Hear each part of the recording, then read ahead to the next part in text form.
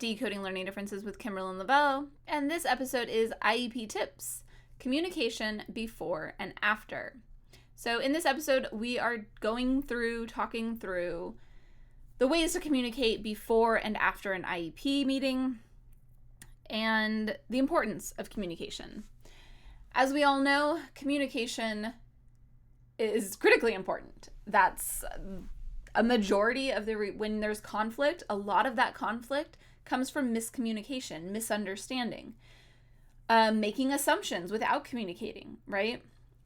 So often I hear about marriage advices, make sure you communicate really well, open communication. Everyone knows that this is critically important, and yet we keep forgetting to actually communicate with each other in other situations, or even in those situations. So find out who's involved in your child's IEP. Who's the administrator who would be in attendance? Maybe there's multiple that might be in attendance. Find out who they are. Find out the school psychologist, any service providers, the teachers, and ideally find out, their preference for communication. How is it that they like to communicate? Some will only respond to phone calls. That's just like, if you email them, they never seem to respond. But if you see them in person, or if you can get them on the phone, then they're great. They do all the things you ask for. They listen carefully. Everything happens. Others are like, don't you dare call me. I don't have any time to actually call you back. So if you want to call, if you want to talk to me on the phone, it's going to be like next week, maybe, if I remember. It'll be on my list. But if you email me, I'll read that as whenever I get a chance, and I'll get back to you much, much faster with email. Personally, that was me. I was like always teaching or in IEP meetings, but I could do emails on my lunch break, or if I had a student that couldn't come for some reason or whatever, like I would have these little bits of time throughout the day, and I would always be checking my email during those times, and I would respond immediately if I could. Or I would forward it to someone else and ask a question of someone else if I needed more information. Like I would start dealing with that email usually instantly. So that was always my preference. Like I was an email person. Some actually prefer that you text them. They'll give you a phone number or some app that you can text them on, and that's the best way to communicate with them. So find out their preference. Even if it's not your preference, going with their preference is just more likely to get you the results you want. I'm not saying it's fair. I'm just saying that's the reality. Okay. Don't worry about being a pest. You might get that reputation as like the annoying parent who's always asking questions, always whatever. But it's like, it doesn't even matter compared to the parent who doesn't say enough, or you are afraid of being a pest and therefore you don't ask the questions, you don't say the things that need to be said to make sure that your child's getting what they should be getting. For example, you see no evidence that the spelling accommodations have been put into place for your child. So you ask, what accommodations is my child getting for their spelling? Or is my child getting any accommodations for their spelling? I do recommend asking a question rather than saying, you aren't even accommodating my child. Don't jump to that conclusion, because that's not really an open communication. It's an accusation that then puts the other person in defensive. So we always want to ask a question, come from a place of curiosity, come from a place of assuming the best. And yes, plenty of teachers forget to do accommodations. In my role, I was often frustrated with like, you can't actually forget to do this accommodation. And so I'd be the one harassing. And a lot of times the parents would ask me about it or ask me to follow up on it because they didn't know how to do it gently, and they were really upset because they were upset. So they were so upset that they didn't feel like they could communicate in a calm manner with that teacher who needed to start doing the accommodations that they were supposed to be doing. And I was always happy to do that as best I could. Again, time can be hard for me, but we got there. Everything worked out. So yeah, don't worry about being a pest. Be a pest. I mean, I have had so many parents email me and they worry, or they tell me that they were afraid to say anything because they just met with me, a week before. And I was like, no. Like, I need to know what's going on if you want me to fight for you and your kid. The teacher needs to know what's going on if you want them to do something different than what they're already doing. So don't worry about being a pest. Even if you get labeled that, it doesn't even matter compared to your child's education. So I would say don't worry about it. So anytime you have a question, ask all your questions. Don't be afraid to ask the question. Don't be afraid to present your concerns. Be gentle and kind about it, but you can say, I'm really concerned about. And then ask for clarification and repetition of information as much as you need, especially in those IEP meetings. But also after, like, you're like, okay, I know in the meeting you told me this, but I just can't remember. And this might be a situation where maybe the person you're emailing or that you're communicating with prefers email. So you might email them and ask them to call you to go over it, because it often is one of those things where communicating via email doesn't always work as well as communicating over the phone, or even better, most of the time is in person, or a video chat where you can actually like visually see kind of what the person is talking about and really understand and make sure that you guys are on the same page. Because, you might be thinking that you're asking about this set of scores and they think you're asking about this set of scores, and you're talking about two separate things, and therefore you don't understand each other. So in those kinds of situations, I think in person or a video chat usually works the best. Sometimes a phone call can work, and even email can work depending on the level of confusion or clarification needed. And yeah, and before a meeting, you can list out all your concerns that you have, all the questions you have. If they've sent you the report ahead of time, you can email them with a list of all the things you want to make sure get discussed during the meeting. They can put that on the agenda if they have an agenda. If they don't, you've got it on your agenda and you know that you're going to bring it up. And they know that you're going to then bring it up. So whether it's an actual written agenda or just a kind of a vague idea in someone's head, at least it's on there.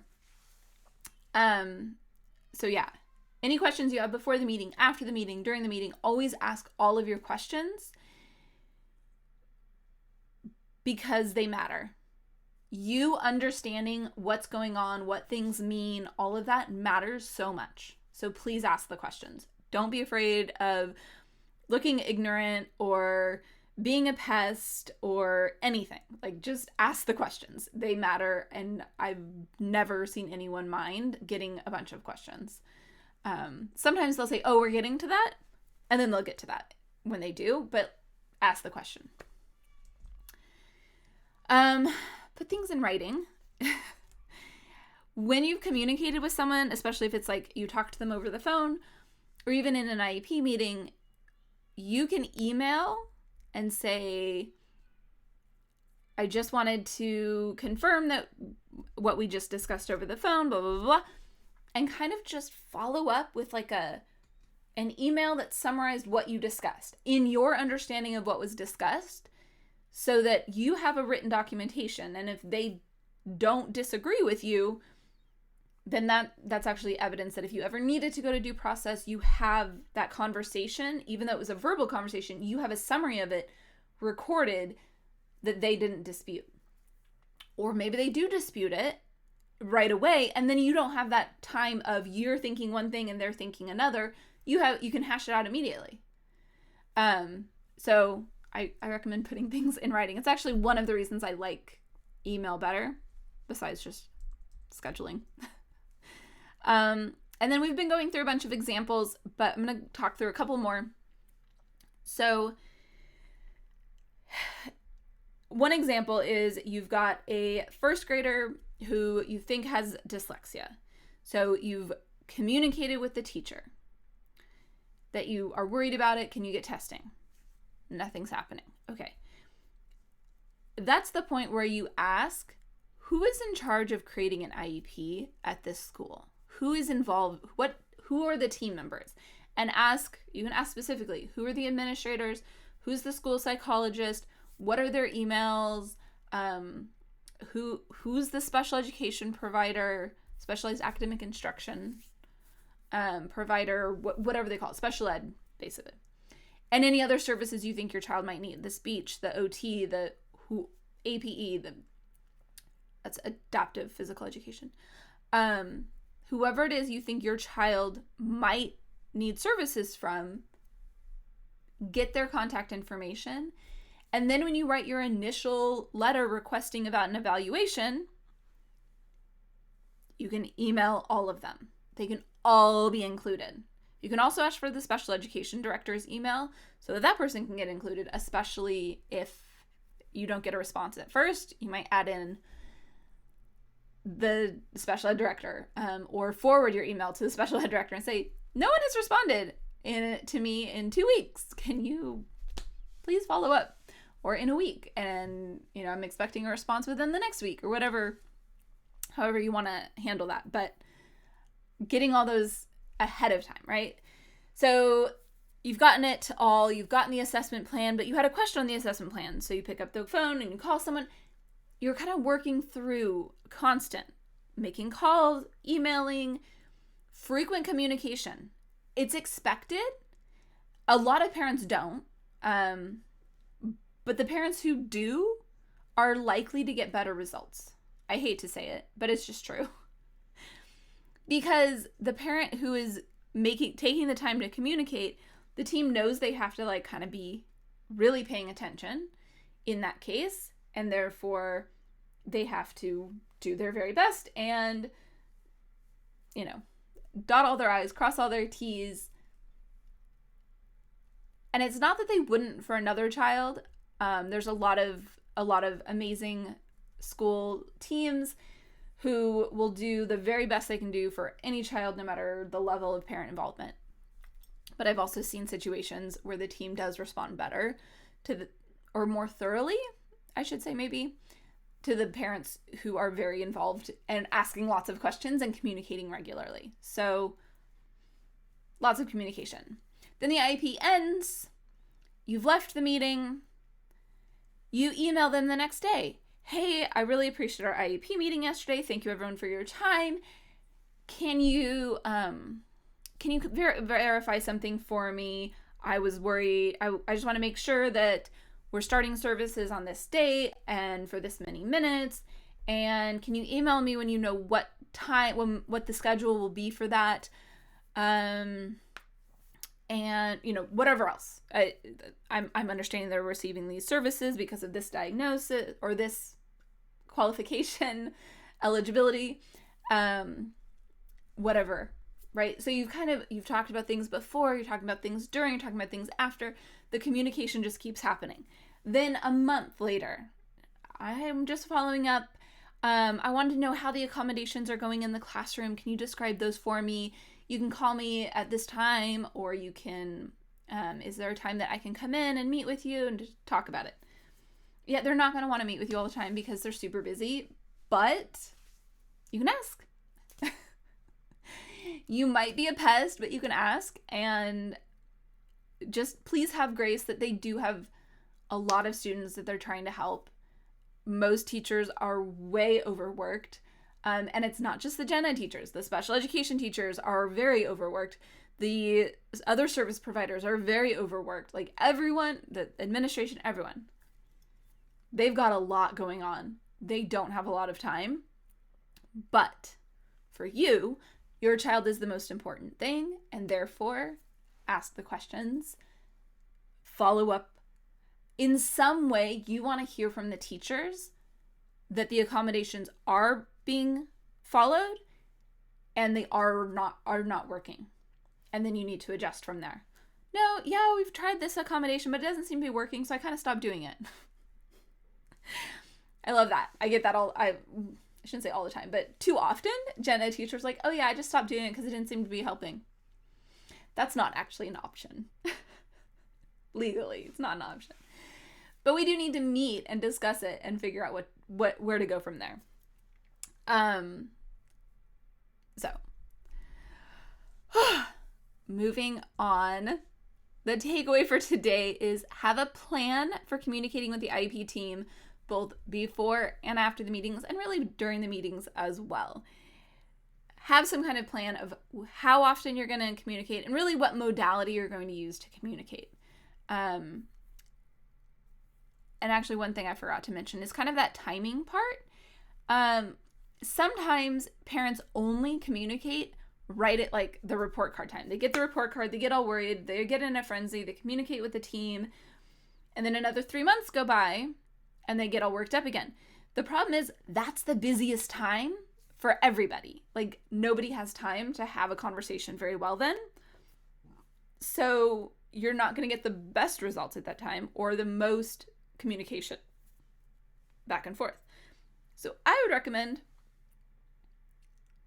go ahead and communicate then. You have concerns.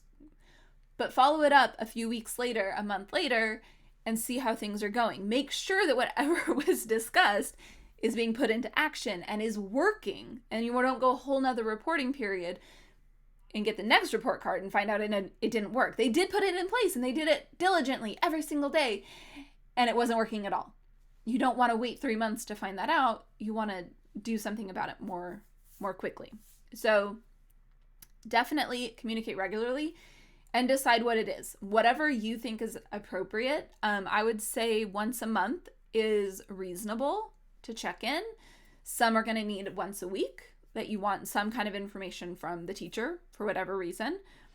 Some are going to be more than a month because things are going really well. And really every report card time, things seem to go well. Your kid is making great progress. You don't really have any concerns. You might just reach out usually before a few weeks before report card time or a few weeks after tend to be better times where you can then say, hey, thanks for the report card. I appreciated all of the information. Things looked like they were going really well. I just wanted to follow up and make sure that things are going as well as they appear to be going and that you don't have any concerns about my child. Whatever it is. So you can also just communicate in that way. Whatever works for you, but kind of keep it in mind so that you're not like sporadically communicating. You're like, sometimes we'll get parents that like right at the report card time, they're like, they're constant like, ah, and then they're silent for 3 months until the next report cards come around. And they're like, ah, you're like, okay, but we didn't know there was a problem because you didn't tell us that your child was spending 8 hours a day doing homework. So please communicate. Find out how you can get help on your journey. You can email Kimberlyn@decodinglearningdifferences.com. I cannot wait to hear from you. And I'll talk to you again next week.